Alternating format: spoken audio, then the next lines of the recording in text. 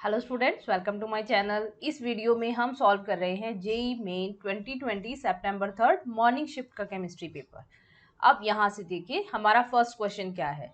Very simple question from periodic table. The atomic number of unnilennium is unnilennium. बहुत ही simple question है। अनिलियम में हमारे पास में क्या आएगा? Un stand for 1, nil stand for 0 and en stand for 9। तो इसके लिए एटॉमिक नंबर क्या बन जाएगा? 109। Very very simple question from periodic table. तो ऑप्शन क्या बन जाएगा यहाँ से? C. Second question, if the boiling point of H2O is 373 Kelvin, then boiling point of H2S is। अब हमें पता है ये दोनों ही हाइड्राइड कौन से ग्रुप को बिलोंग करते हैं? 16 ग्रुप को बिलोंग करते हैं। और इन हाइड्राइड्स में देखिए वाटर के लिए क्या खास बात होती है? वाटर में प्रेजेंट होती है हाइड्रोजन बॉन्डिंग, और हाइड्रोजन बॉन्डिंग की वजह से इसका बॉइलिंग पॉइंट एक्सेस में हायर हो जाता है। तो अगर इसके लिए बॉइलिंग पॉइंट की वैल्यू 373 केल्विन है तो इसके कंपैरिजन में H2S के लिए बहुत ही कम होगा। तो अगर हम H2S के लिए बॉइलिंग पॉइंट की वैल्यू निकालते हैं तो यहाँ पर हम लिखेंगे option less than 300।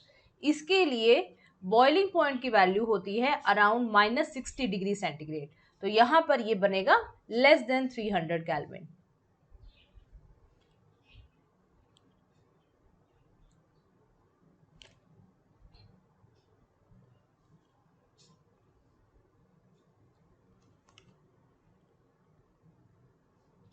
Next question, which of the following is an acidic buffer. ये आया है हमारे पास में आयनिक इक्विलिब्रियम से। देखिए इसे कैसे सॉल्व करते हैं। हमारे पास में हर एक सॉल्यूशन के लिए दी हुई है वॉल्यूम एंड मोलैरिटी। तो हम इसी से कैलकुलेट करके निकालते हैं कि कौन एसिडिक बफर बनाएगा। ऑप्शंस में हमें पहले ऑप्शन में दिया हुआ है 200 ml of 0.1 m CH3COH plus 100 ml of 0.1 m NaOH। इसे सॉल्व करके देखें तो हमारे पास में अगर हम इन दोनों को मल्टीप्लाई करा देते हैं तो हमारे पास में CH3COOH के कितने मिलीमोल्स हो जाएंगे? 20 मिलीमोल्स। और अगर हम यहाँ से NaOH के निकालते हैं तो कितना हो जाएगा हमारे पास? NaOH के अगर हम निकालते हैं तो ये आ जाएंगे हमारे पास में 10 मिलीमोल। और अब हम लिमिटिंग रिएजेंट के अकॉर्डिंग यूज करके देखते हैं। तो लिमिटिंग रिएक्टेंट के अकॉर्डिंग हमारे पास में क्या आ जाएगा? इसके 10 मोल्स यूज होंगे, इसके भी 10 मिलीमोल्स यूज हो जाएंगे। तो हमारे पास में क्या बच जाएंगे? 10 मिलीमोल्स ऑफ CH3COH। और रिएक्शन के बाद में हमारा एंड प्रोडक्ट क्या होने वाला है? रिएक्शन के बाद में हमें मिलेगा सॉल्ट एंड वाटर। तो ये हमें मिल गया CH3CONA, और ये भी हमें कितनी अमाउंट में मिलेगा? 10 मिलीमोल। तो अब हमारे पास में ये कंप्लीटली यूज हो चुका है। इसके लिए 0 मिलीमोल्स बचे हैं। तो सॉल्यूशन में रिमेनिंग क्या बचेगा? 10 millimoles of CH3COH and 10 millimoles of CH3CONA, और ये हमें देते हैं एसिडिक बफर। तो इसमें हमारा फर्स्ट ऑप्शन करेक्ट ऑप्शन है। सेकेंड ऑप्शन में आपको दिया हुआ है HCl, it is strong acid. तो स्ट्रॉन्ग एसिड के लिए ऐसा कभी नहीं हो सकता। थर्ड हमारे पास में ऑप्शन में 100 ml of 0.1 m CH3COH and 100 ml of 0.1 m NaOH। Third option में अगर आप निकालोगे तो दोनों के मिलीमोल बिल्कुल सेम आएंगे और ये कंप्लीट न्यूट्रलाइजेशन हो जाएगा। लास्ट ऑप्शन में देखिए, लास्ट ऑप्शन में भी हमें HCl गिवन है तो ये हमें एसिडिक बफर नहीं देता। तो इसके लिए हमारे पास में एक ही करेक्ट ऑप्शन होगा, that is option 1। Next question, when metal like PT and AU react with aquaresia, which gas is evolved। देखिए हम रिएक्शन देखते हैं, कौन सी गैस इवॉल्व होगी हमें रिएक्शन से पता लग जाएगा। गोल्ड की रिएक्शन करवाते हैं तो गोल्ड के साथ में अगर रिएक्शन होती है तो इस रिएक्शन को लिखा जाएगा gold plus H ion plus NO3-1 plus Cl-1। यहाँ से हमें मिल जाता है AuCl4-1 plus NO plus water. इसी तरह से अगर हम प्लैटिनम के साथ में रिएक्शन कराते हैं तो ये भी H ion plus NO3-1 plus chloride ion के साथ में रिएक्शन करके रिएक्ट देगा PtCl6-1 plus NO plus H2O। तो देखिए दोनों रिएक्शन में कौन सी गैस इवॉल्व हो रही है? NO। तो हम दोनों में ऑप्शन के लिए देखेंगे, option number C is correct answer. Next question, number of P double bond O POH and POP bond in pyrophosphoric acid. इस तरह के क्वेश्चन बहुत कॉमन है आने के लिए, तो ये हमने पहले भी डिस्कस किया और इस तरह से ऑक्सी एसिड के लिए कंप्लीट वीडियोस भी बने हुए हैं। तो अब हम पहले पायरोफॉस्फोरिक एसिड के लिए स्ट्रक्चर बनाते हैं। पायरोफॉस्फोरिक एसिड का स्ट्रक्चर देखेंगे फिर हम काउंट करेंगे पायरोफॉस्फोरिक एसिड कैसे बनेगा। दो फॉस्फोरिक एसिड मॉलिक्यूल ले लीजिए और उनमें से हम वाटर मॉलिक्यूल रिमूव करवा देते हैं, तो ये हमें मिल जाता है पायरोफॉस्फोरिक एसिड। ये है स्ट्रक्चर। अब इसमें काउंट कीजिए, पी डबल बॉन्ड ओ कितने हैं हमारे पास टोटल 2। अगर हम पी ओ पी बॉन्ड की बात करेंगे तो ये है 1, और अगर हम बात करते हैं पी ओ एच बॉन्ड की तो ये हमारे पास में टोटल 4 प्रेजेंट होंगे। तो ये भी एक सिंपल क्वेश्चन था, अगर आपको स्ट्रक्चर याद है तो आप इजीली अटेम्प्ट कर सकते हैं। Next question, it is from chemical kinetics. Kinetics में आपको क्या दिया गया है, विच of the following statement is correct. A zero order reaction can complete in multiple steps. A first order reaction always complete in single step. A zero order reaction always complete in single step. A second order reaction always complete in single step. तो इसमें से हमारा सिर्फ first option correct है, उसके अलावा बाकी सब में ये जो ऑलवेज वर्ड डाल दिया है ये पॉसिबल नहीं है। First order reaction may be single step, may be multi step, तो फिर हम क्या करते हैं, रेट डिटरमाइनिंग स्टेप देखते हैं। तो एक्चुअली रेट डिटरमाइनिंग स्टेप जिनमें भी होगा, कॉम्प्लेक्स रिएक्शन जितनी भी होंगी, तो उनके लिए हमें स्लोएस्ट स्टेप चेक करना होता है। तो इसके लिए हम ये कभी नहीं कह सकते कि जीरो ऑर्डर, फर्स्ट ऑर्डर या सेकेंड ऑर्डर सिंगल स्टेप में होनी है। They may be single step reaction, they may be multi step reaction. तो ये भी आपके पास में एक सिंपल थियोरेटिकल क्वेश्चन है from chemical kinetics. Next question, हमें दिया गया है स्मॉलेस्ट ऑप्टिकली एक्टिव एल्कीन। इसका हमने करवाया हाइड्रोजनेशन, जिसे हमें मिल गया A। इसका हमने क्लोरीनेशन करवाया, तो how many monochloro products including stereo isomers are formed, कितने प्रोडक्ट्स मिलेंगे। तो सबसे पहले हम ऑप्टिकली एक्टिव एल्कीन देखते हैं। हमारे पास में एल्कीन में क्या है, डबल बॉन्ड। अब हम देखते हैं कि ऑप्टिकली एक्टिव, ये दोनों ही कार्बन ऑप्टिकली एक्टिव नहीं हो सकते because of presence of double bond. तो अब हम इसके साथ में एक ऐसा कार्बन फॉर्म करते हैं जिसके चारों तरफ अलग अलग ग्रुप प्रेजेंट होंगे। तो ये मैंने बना दिया अलग अलग ग्रुप कंटेनिंग। तो यहाँ पर ये जो कार्बन होगा, this carbon is optically active. अब हम इसका हाइड्रोजनेशन करा देते हैं। तो हाइड्रोजनेशन करवाएंगे तो H2 का एडिशन होगा, तो उससे हमें कंपाउंड क्या मिल जाएगा, CH3 CH2CH3, और नीचे भी हमारे पास में क्या प्रेजेंट है, CH2CH3। ये बन गया हमारे पास में 3 मिथाइल पेंटेन। ये अब ऑप्टिकली इनएक्टिव कंपाउंड है। अब इसका हमने क्लोरीनेशन करवाना है। अब हम क्लोरीनेशन के लिए सारी पॉसिबिलिटीज देखते हैं। इसके पास में कितने टाइप के कार्बन प्रेजेंट है, कितने टाइप की हाइड्रोजन है, जिससे हम मोनोक्लोरीनेटेड प्रोडक्ट्स में चेंज कर सकते हैं। पहला ये कार्बन, इसके ऊपर क्लोरीन आएगा, सेकेंड ये, थर्ड ये मिडल कार्बन, उसके बाद में हम लेते हैं ये फोर्थ ये कार्बन जो सिंगल है, CH3 की फॉर्म में प्रेजेंट है। तो ये चार हमें हाइड्रोजन या कार्बन अलग अलग डिफरेंट टाइप के प्रोडक्ट्स देंगे। तो इन चार पोजीशन पे हम क्लोरीन को अटैच करा के देखते हैं। तो बनाएंगे यहाँ से प्रोडक्ट। तो हमारे पास में चारों प्रोडक्ट कैसे बन जाएंगे, सबसे पहले है ये CH2Cl, CH2CH3 एंड यहाँ पे भी CH2CH3। सेकेंड प्रोडक्ट, इसको हम एज इट इज रहने देते हैं, इसके ऊपर हमने एक क्लोरीन अटैच करा दिया। और अब हम आगे देखते हैं, हमारे पास में है CH2CH3। थर्ड हमने करवाना है उससे नेक्स्ट कार्बन पर, यहाँ पर हमारे पास में हाइड्रोजन ही रहेगा और उससे नेक्स्ट कार्बन पे आ जाएगा एक क्लोरीन। यहाँ पे आया एक क्लोरीन, नीचे हमारे पास में C2H5 भी रहना है। और लास्ट हमारा प्रोडक्ट रहेगा जब हम बिल्कुल टर्मिनल कार्बन के ऊपर एक क्लोरीन लगाएंगे। तो CH2CHClCH2 और यहाँ से नीचे C2H5। अब ये तो हमें मिल गए 4 स्ट्रक्चरल आइसोमर्स, मोनोक्लोरीनेटेड प्रोडक्ट। अब हम चेक करते हैं स्टीरियो आइसोमर्स। तो फर्स्ट में देखिए, this carbon, this carbon, this carbon and this carbon. कोई भी कार्बन यहाँ पे कायरल सेंटर नहीं हो सकता, तो इसका मतलब सिर्फ एक ही आइसोमर जो ये खुद प्रेजेंट है यही एक आइसोमर होगा। अब हम सेकंड में चेक करते हैं, इसमें भी कोई भी कार्बन कायरल कार्बन नहीं हो सकता, क्योंकि अगर हम इस मिडल वाले कार्बन को चेक करते हैं, दो ग्रुप तो डिफरेंट है लेकिन बाकी दोनों इथाइल हो जाएंगे, तो इसका मतलब ये भी सिंगल स्ट्रक्चर ही देगा हमें। अब हम इस कंपाउंड में चेक करते हैं, इस कंपाउंड में हमारे पास में बन जाएगा, देखो फर्स्ट कार्बन ये बना कायरल सेंटर, इसकी चारों की चारों वैलेंसीज डिफरेंट ग्रुप से सैचुरेटेड है, और ये भी बनेगा कायरल सेंटर। तो इसके लिए हमारे पास में टोटल आइसोमर्स कितने पॉसिबल हो जाएंगे, 2 पावर n। तो 2 पावर 2 इज इक्वल टू 4, ये बन जाएगा हमारे पास।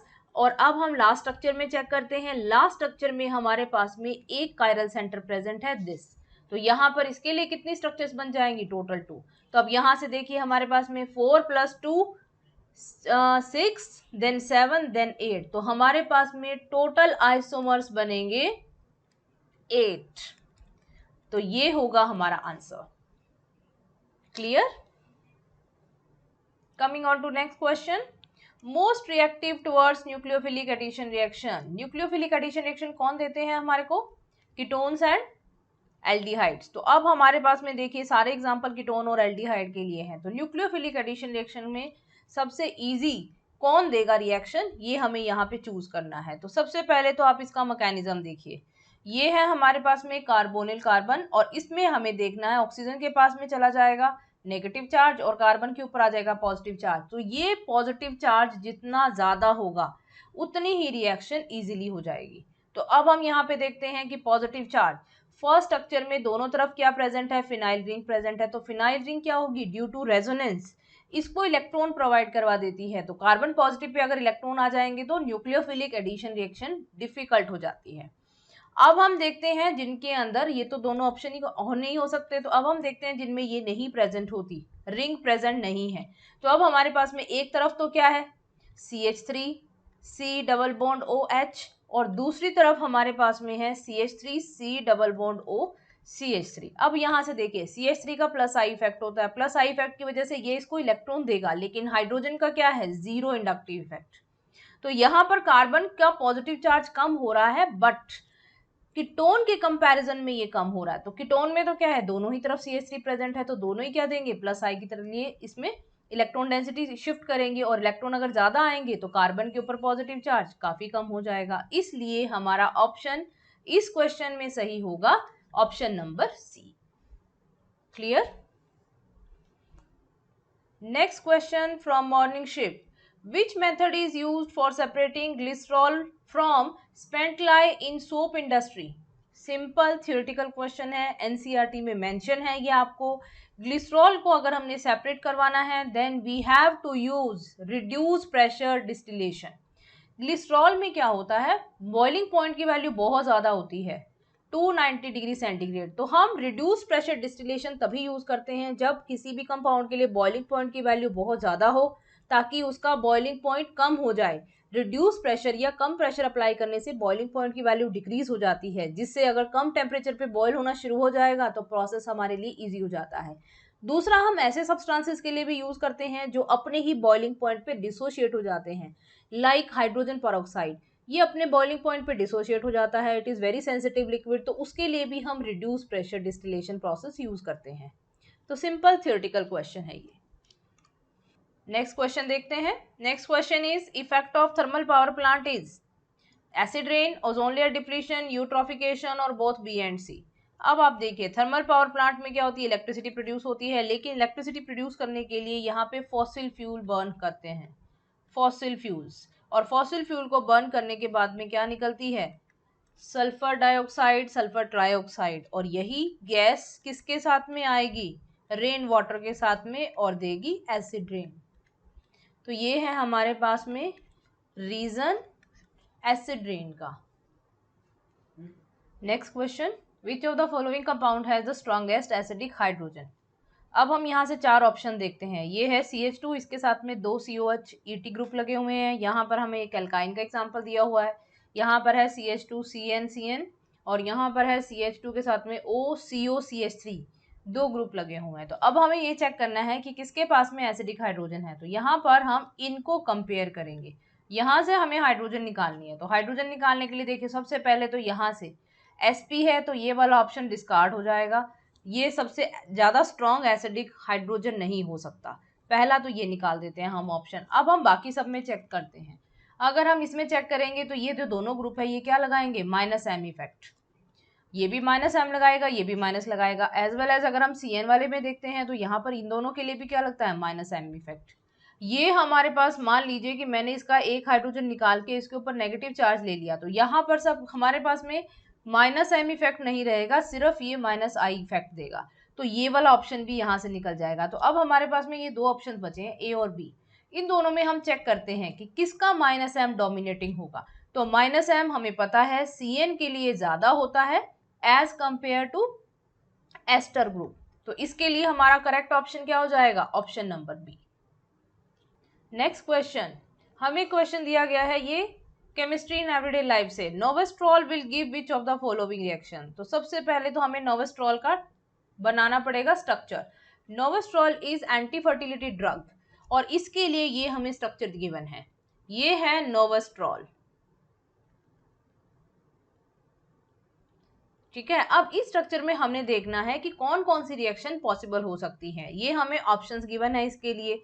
सबसे पहला ऑप्शन है bromine with H2O। Bromine with H2O या ब्रोमीन वाटर कौन देता है, जिनके पास में अनसैचुरेशन होता है। तो अभी है हमारे पास में अनसैचुरेशन, हमारे पास में एक ऐसा बॉन्ड प्रेजेंट है, डबल या ट्रिपली बॉन्डेड कोई भी हो सकता है। तो अभी हमारे पास में ट्रिपल बॉन्ड प्रेजेंट है, तो इसका मतलब ये वाली रिएक्शन पॉसिबल होगी। सेकेंड ऑप्शन में आयोडोफॉर्म टेस्ट, आयोडोफॉर्म टेस्ट देने वाला कोई भी ग्रुप यहाँ पर प्रेजेंट नहीं है, तो ये पॉसिबल नहीं होगा। तो ये हमारा ऑप्शन इनकरेक्ट हो गया। सेकेंड हम ऑप्शन पे जाते हैं, ब्रोमीन वाटर, अगेन अनसैचुरेशन के लिए हो जाएगा। एल्कोहलिक HCN, ये हमें कार्बोनिल ग्रुप की रिएक्शन दी हुई है, तो यहाँ पर कोई कार्बोनिल ग्रुप प्रेजेंट नहीं है, तो ये भी नहीं हो सकती। तो second option is also incorrect. Third option alcoholic KCN, no, तो ये एक ऑप्शन इनकरेक्ट हो गया। लास्ट ऑप्शन पे आते हैं, पहली रिएक्शन है ब्रोमीन वाटर के साथ में, यस पॉसिबल हो जाएगी बिकॉज अनसैचुरेशन है। Second option HCl and ZnCl2, ये कौन सी रिएक्शन है, आपको याद होगा ल्यूकास टेस्ट। कौन देता है, ये अल्कोहल। अगर हमारे पास में एलिफेटिक अल्कोहल प्रेजेंट है तो वो ये टेस्ट देंगे, तो है हमारे पास एक अल्कोहल, ये हमें दे देगा ल्यूकास टेस्ट, तो ये भी पॉसिबल होगा। अब थर्ड आ जाएगा न्यूट्रल FeCl3। न्यूट्रल FeCl3 कौन देते हैं, neutral FeC3 is characteristic reaction for phenolic group. तो यहाँ पर हमारे पास में एक ये फिनोलिक ग्रुप भी प्रेजेंट है, तो ये रिएक्शन भी दे देंगे। तो इसके लिए हमारा कौन सा ऑप्शन करेक्ट हो जाएगा, हमारा करेक्ट ऑप्शन बनेगा ऑप्शन नंबर डी। बट ये क्वेश्चन सॉल्व करने के लिए आपको नोवेस्ट्रॉल का स्ट्रक्चर पता होना चाहिए, इसीलिए जैसे लास्ट पेपर में आया है पेनिसिलिन के लिए, अब आ गया नोवेस्ट्रॉल के लिए। तो जितनी भी आपके पास में केमिस्ट्री इन एवरीडे लाइफ में स्ट्रक्चर्स हैं उन सबको आप अच्छे से लर्न करके जाइए, बिकॉज हर पेपर में उससे रिलेटेड एक क्वेश्चन पूछा जा रहा है। Next question is AB giving A+1 B-1 और यहाँ से C-1 न्यूक्लियोफाइल का अटैक हुआ तो बन गया है AC+B नेगेटिव। करेक्ट स्टेटमेंट्स और statement is the rate of reaction is higher if A is bulkier, rate of reaction is higher when solvent is non-polar, higher concentration of nucleophile, higher the rate of reaction, stronger is the nucleophile, higher the rate of reaction। अब हम इसमें check करते हैं सबसे पहले question की reaction को। तो अब यहाँ से देखिए, सबसे पहले तो न्यूक्लियोफाइल रिप्लेस कर रहा है, तो इसका मतलब this is nucleophilic substitution. Nucleophilic substitution में ऑर्डर कैसा होना चाहिए इस रिएक्शन का, यहाँ पर फॉर्मेशन हो रही है कार्बोकेटाइन की, तो ये है SN1 रिएक्शन। SN1 रिएक्शन क्यों बोलते हैं हम इसे, because rate of this reaction is dependent upon only on concentration of alkyl halide. इसके अंदर न्यूक्लियोफाइल का कोई भी रोल नहीं होता, इसलिए ये रिएक्शन बन जाती है फर्स्ट ऑर्डर रिएक्शन। अब हम देखते हैं फर्स्ट ऑर्डर रिएक्शन को कौन कौन से फैक्टर अफेक्ट करते हैं। तो सबसे पहला ऑप्शन में देखिए, rate of reaction is higher if A is bulkier. हाँ जी, इसके अंदर फर्स्ट स्टेप में कार्बोनियम आयन की फॉर्मेशन होनी है, तो जितना बल्कियर ग्रुप होगा उतना ही डिसोसिएशन इजीली होता जाएगा, क्योंकि सेंट्रल एटम अपना जो अपने अराउंड स्टीरिक हिंड्रेंस है उसको कम करने की कोशिश करेगा। तो A option is correct. Second option में देखते हैं, rate of reaction is higher when solvent is non polar. ये बिल्कुल रिवर्स लिखा हुआ है इन्होंने, अगर हमारे पास में सॉल्वेंट पोलर होगा तब रेट ऑफ रिएक्शन हाई होगा। तो पोलर की प्रेजेंस, पोलर इसमें क्या होती है, फेवरेबल कंडीशन होती है, तो हमें यहाँ पे पोलर चाहिए, तो इसका मतलब this statement is wrong. Higher concentration of nucleophile higher the rate of reaction, ये देखिए मैंने नीचे रेट ऑफ रिएक्शन के लिए एक्सप्रेशन लिखा है, there is no role of nucleophile, इसलिए ये भी सही नहीं होगा। Stronger is the nucleophile, higher is the rate of reaction, no, it is also not correct for SN1 reaction. SN1 reaction में एक्चुअली जो सॉल्वेंट होता है वही न्यूक्लियोफाइल की तरह भी काम कर रहा है, या बॉन्ड को ब्रेक करने में हेल्प करता है। तो ये हमारे पास में आ गया क्वेश्चन जिसके लिए सिर्फ एक ही ऑप्शन करेक्ट है, that is first option, rate of reaction is higher if A is bulkier. Next question ये आया है फ्रॉम सॉल्यूशन। सॉल्यूशन में आपको क्या दिया हुआ है, हमारे पास में है glucose in water, glucose in water, और इसमें मोल फ्रैक्शन ऑफ ग्लूकोज कितना दिया हुआ है 0.1, और वाटर के लिए कितना हो जाएगा 0.9। अब आपको क्या करना है, यहाँ से find the mass percentage of glucose, यहाँ से मास परसेंटेज निकालनी थी आपको। तो मास परसेंटेज ऑफ ग्लूकोज निकालने के लिए हम क्या करेंगे, हमें दिया हुआ 0.1, तो इसको किससे मल्टीप्लाई करा देते हैं हम, इसके एटॉमिक मास से। ग्लूकोज का एटॉमिक मास कितना होगा 180, और वाटर के लिए कितना हो जाएगा 0.9 इंटू 18। तो अगर हम इन दोनों को ये मास की तरह यूज करेंगे, दीज आर ग्राम मासेस, और उसके बाद में आप मास परसेंटेज ऑफ ग्लूकोज यहाँ से कैलकुलेट कर सकते हैं। मास परसेंटेज ग्लूकोज के लिए क्या आ जाएगी हमारे पास, mass of glucose divided by mass of glucose plus mass of water. तो यहाँ से आपको ये सॉल्यूशन करना है, इजी कॉन्सेप्ट है, कोई प्रॉब्लम नहीं आएगी, आप इसको सॉल्व करके इसका आंसर निकाल सकते हैं। तो ये दोनों वैल्यूज आप यहाँ से मल्टीप्लाई करने के बाद यहाँ पर बस इस एक्सप्रेशन में पुट कर देंगे। Simple question. Next question, in which of the following reaction product Kjeldahl method is not applicable for the estimation of nitrogen. Nitrogen का एस्टिमेशन हम जेल-डाल मेथड से करते हैं। अब हमें ये चूज करना है, ये 4 रिएक्शन गिवन है, तो इनके कौन से ऐसी रिएक्शन में प्रोडक्ट बनेंगे जो जेल-डाल मेथड से हम नहीं एस्टिमेट कर सकते। तो अब आप यहाँ से देखिए, पहले तो हम करते हैं कि जेल-डाल मेथड किसके ऊपर एप्लीकेबल नहीं होता, नाइट्रो कंपाउंड में जो नाइट्रोजन प्रेजेंट है ये जेल-डाल मेथड से एस्टिमेट नहीं किया जा सकता। दूसरा हम लेते हैं एजो कंपाउंड, ये एस्टिमेट नहीं किए जा सकते। और तीसरा आ जाएगा, अगर रिंग के बीच में प्रेजेंट है नाइट्रोजन तो इसका एस्टिमेशन भी नहीं किया जा सकता। तो अब हम पहले इनके प्रोडक्ट्स बना लेते हैं, देन वी विल डिसाइड कि कौन सा जेल-डाल मेथड से एस्टिमेट नहीं होगा। पहली रिएक्शन में प्रोडक्ट बनेगा, ये है हमारे पास में बेंजाइल साइनाइड की रिएक्शन SnCl2 विद HCl, तो यहाँ से हमें मिलता है बेंजाइल एल्डिहाइड। तो ये तो पॉसिबल होगा ही नहीं, बिकॉज इसमें नाइट्रोजन प्रेजेंट ही नहीं होती है। सेकेंड हमारे पास में ऑप्शन है, अब इसमें हम एनिलीन को NaNO2 और HCl के साथ में रिएक्शन कराते हैं, तो क्या बन जाएगा हमारे पास डाईएजोनियम क्लोराइड। डाईएजोनियम क्लोराइड भी हमारे पास में क्या रहेगा, एक ऐसा कंपाउंड जिसमें एजो है, तो यहाँ पर ये भी जेल-डाल मेथड नहीं दे सकता। अब है नेक्स्ट हमारे पास थर्ड ऑप्शन। थर्ड ऑप्शन में हमने लिथियम एल्यूमिनियम हाइड्राइड से साइनाइड को रिड्यूस करवाया है, तो साइनाइड को रिड्यूस करवाएंगे तो यहाँ से हमें मिल जाएगा बेंजाइल अमीन। और अगर हम हाइड्रोजन से भी रिड्यूस कराते हैं तब भी हमारे पास में सेम यही प्रोडक्ट मिलता है, बेंजाइल अमीन। तो अब हम चेक करते हैं कि कौन कौन नहीं दे सकते जेल-डाल मेथड से एस्टिमेशन। तो हमारे पास में देखो, ये तो पहला तो ऑप्शन होगा ही नहीं, बिकॉज इसमें क्या है CH2CHO बन रहा है, और नेक्स्ट में ये क्या है डाईएजो कंपाउंड्स बने हैं, तो इसका मतलब हमारे पास में ऑप्शन हो जाएगा 1 और 2। तो option A is correct for this question. Next question, a cubic cell with edge length 405 picometer has a density 2.27 into 10 raised power 2 kilogram per meter cube and atomic mass 2.27 into 10 raised power minus 3 kilogram. Find the radius of atom in picometer.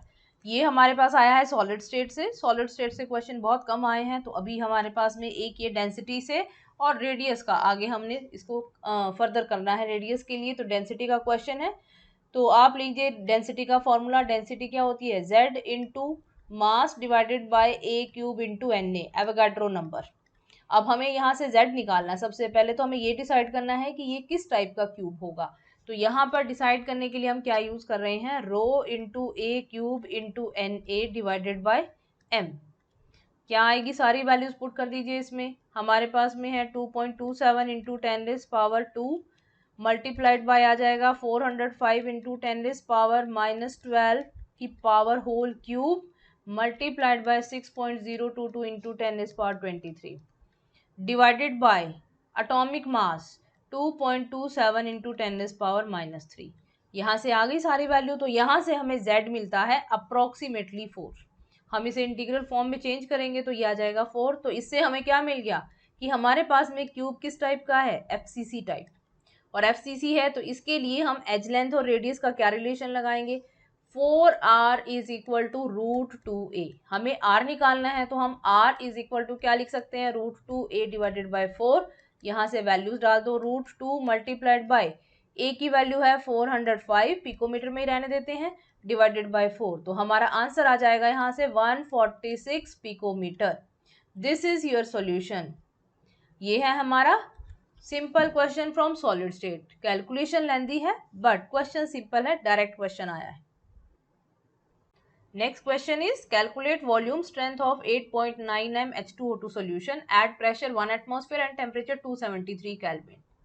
यहाँ पे हमें 8.9 molar H2O2 solution के लिए volume strength निकालनी है। Volume strength का मतलब क्या होता है कि हमारे पास में 1 ml ऑफ H2O2 से कितने ml ऑक्सीजन मिल रही है, ये कैलकुलेट करना है आपको। अब इसे कैलकुलेट करने के लिए हम रिएक्शन लिखते हैं। H2O2 का डीकम्पोजिशन होता है तो हमें क्या मिलता है, H2O प्लस हाफ O2।